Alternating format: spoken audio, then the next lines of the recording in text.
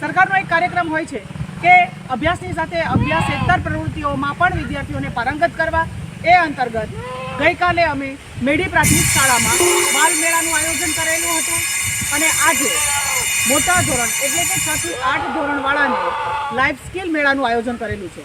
તો એ અંતર્ગત ગામડામાં એક ફેસિલિટી અવેલેબલ છે અને ગામડાના દરેક બાળકને એ શીખવાની પણ જરૂરિયાત છે। તો એ અંતર્ગત આપ જોઈ શકો છો કે બાળકોને બકરી દોતા પણ શીખવવામાં આવે એ હેતુથી આજે આ આયોજન કરેલું છે।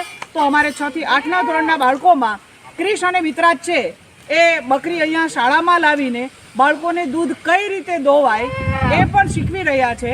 તો ખાસ કરીને આપણે ક્રિશભાઈને વિનંતી કરીએ, હાથ કઈ રીતે રાખે છે એ જુઓ અને દૂધ આવવાનું ચાલુ પણ થઈ ગયું છે।